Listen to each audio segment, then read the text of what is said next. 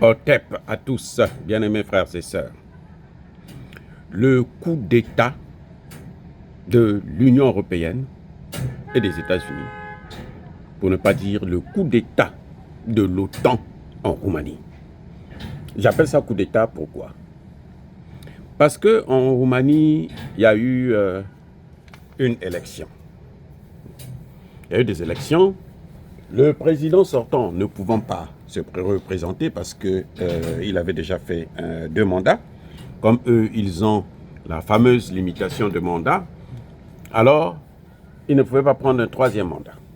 Donc, il y a eu 2 candidats qui sont allés au 2e tour. Parmi les 2 candidats, il y a une dame, mais alors, fan de l'Union européenne. Et il y a un homme qui est, on dit pro-russe, Kalim Georgescu ou quelque chose de ce genre. Il est dit pro-russe parce que, lui il était contre les histoires de la pandémie, il n'avait pas cru à ça, il ne voulait pas, il était contre la vaccination obligatoire, il était contre toutes ces choses-là, et surtout, le monsieur est contre l'aide à l'Ukraine. Pour lui, il ne faut pas continuer à aider l'Ukraine au risque d'aggraver la situation, non seulement pour l'Ukraine, mais aussi pour les Européens. Et donc, de ce fait, on dit qu'il est pro-russe. Maintenant, c'est lui qui est arrivé au 1er tour. Donc, et la dame, qui est pro-européenne, est arrivée de justesse au 2e tour. Alors, que se passe-t-il en réalité? Ce qui se passe, c'est que l'Union européenne a influencé. D'abord, ils se sont impliqués. Ils se sont ingérés dans cette élection. Ils ont injecté de l'argent. Ursula von der Leyen est allée battre campagne là-bas. Mais malheureusement, ils ont été battus. Qu'est-ce qu'ils ont fait? Ils ont demandé à la Cour constitutionnelle d'annuler le 1er tour. Donc, on doit repartir à zéro. Ils ont annulé le 1er tour. Question. Quelle est la raison qui a motivé la décision de la Cour constitutionnelle de Roumanie? Vous savez quoi? Ils accusent TikTok. Ils disent que la Russie s'est ingérée dans cette élection à travers TikTok. C'est incroyable. Ça dit que le déroulement des élections, il n'y a pas de problème. La Cour constitutionnelle n'a pas reproché quoi que ce soit au déroulement de l'élection. C'est-à-dire que, bon, il n'y avait pas de vote, il n'y avait pas des urnes, il y avait des gens qui n'avaient pas voté, il y a eu tricherie, quelque chose. Non, non, non, non, non, c'est pas ça. Ils disent que le monsieur a fait la campagne sur les réseaux sociaux et notamment sur TikTok. Et c'est ça qui l'a avantagé par rapport aux autres candidats.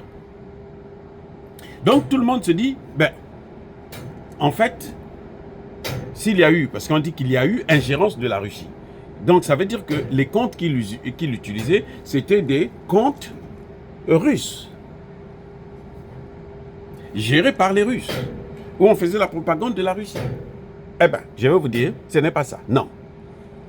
Ce qui s'est passé, c'est que les comptes, on s'est rendu compte après, que les comptes qu'il y avait, que lui, il aurait utilisés, ce sont les mêmes comptes que utilisait le président sortant. Sauf que lui, il a pu convaincre plus de personnes. Mais on dit que comme il a convaincu les gens à travers TikTok, alors ce n'est pas une bonne élection. C'est comme Trump. Tous les médias étaient contre lui. Tous les médias, enfin en tout cas 80% des médias aux États-Unis ne soutenaient pas Trump, soutenaient Kamala Harris.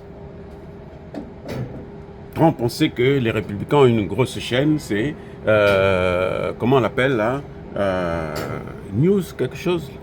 Oh là là, j'ai oublié. Quand je vais me rappeler, je vais vous donner ça. Donc, ce qui se passe, c'est quoi? C'est que cette fois-ci, on annule une élection, la Cour constitutionnelle siège. Non pas parce que, dans le processus même, dans le déroulement des élections, il y a eu une faute, une fraude ou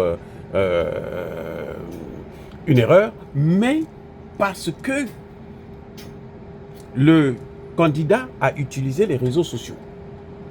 Mais il devait annuler aussi l'élection de Trump ici, puisque Trump, il a gagné à cause de quoi? Il a gagné sur X. Il a gagné sur les réseaux sociaux. C'est sur les réseaux sociaux qu'il intervenait. Parce qu'on ne voulait pas l'interviewer sur les grandes chaînes. Donc, lui passait sur les réseaux sociaux. Chaque jour, il lançait son message. Il posait son message. Il envoyait des messages. Et Elon Musk aussi a pris le relais et puis envoyé. C'est comme ça. Et il a contourné même des réseaux comme Facebook, YouTube et autres qui traditionnellement ont soutenu. Parce qu'on a vu que Facebook, le patron, a dit que lui, il avait été influencé lors de la dernière élection où Trump avait perdu. Parce qu'il ne fallait pas faire passer les messages qui pouvaient l'avantager.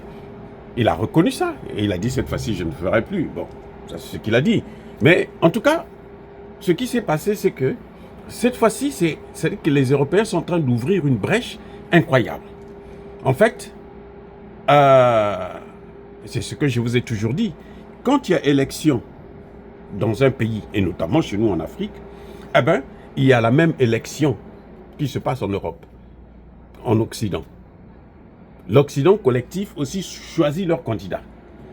Et quand le candidat est, comme par hasard, le même, c'est-à-dire un mauvais candidat qui gagne, eh ben, vous n'avez pas de problème. Mais lorsque c'est un bon candidat pour le peuple, vous avez un candidat qui gagne, qui est différent de celui que eux ils ont choisi dans leurs officines, eh bien, vous avez des problèmes. C'est là que tous les médias vont parler de la fraude.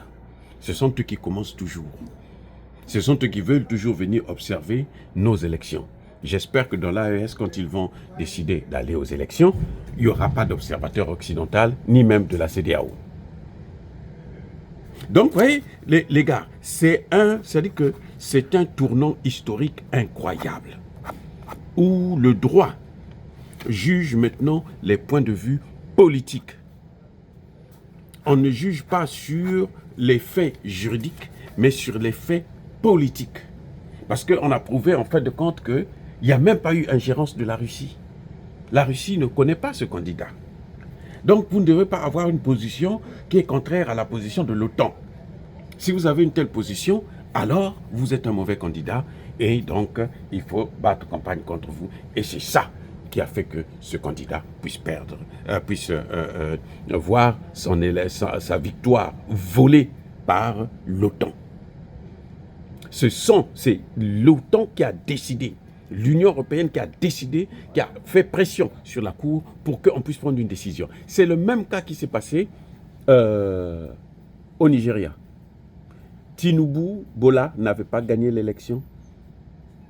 Mais ce qu'ils ont fait, c'est que quand l'autre candidat a porté plainte, les États-Unis ont fait pression sur les juges de la Cour suprême du Nigeria pour qu'ils puissent déclarer Tinubu gagnant. Mais en réalité, ce n'est pas lui qui avait gagné. Et c'est pour ça que, vous voyez, il est redevable à ces gens-là. Donc, nous devons faire très, très, très attention lorsque nous organisons des élections chez nous désormais, pour éviter cette ingérence-là, cette influence-là. Il faut qu'on évite même leur présence chez nous pour l'observation. Parce que nous, quand eux, ils organisent leurs élections, nous, on ne vient pas observer. Hein. Ce n'est pas notre problème. Nous, on est dans nos problèmes, d'ailleurs, qui sont plus complexes que ce qu'eux, ils ont ici. Et donc, voilà, les amis, encore une fois, ça, c'est ce qu'on appelle véritablement un coup d'État. Mais cette fois-ci, ce n'est même pas des militaires, mais c'est un coup d'État international, c'est-à-dire un coup d'État des institutions qui sont dites internationales, qui sont là pour préserver la paix, la sécurité, la démocratie dans le monde, mais ce sont eux, d'ailleurs, qui boycottent la démocratie et qui sabotent toute évolution dans nos pays. Soyez bénis, abondamment bénis par le Dieu des Kémites et par nos ancêtres évangélisés. Mais que tous ceux qui persécutent le continent africain, le pillent et le déstabilisent, qu'ils soient noirs, blancs, chinois, arabes, juifs, indiens ou qui qu'ils soient punis, maudits, foudroyés, neutralisés, écrasés, effacés par le Dieu des Kémites et par nos ancêtres évangélisés. Vive l'Afrique, c'est correct.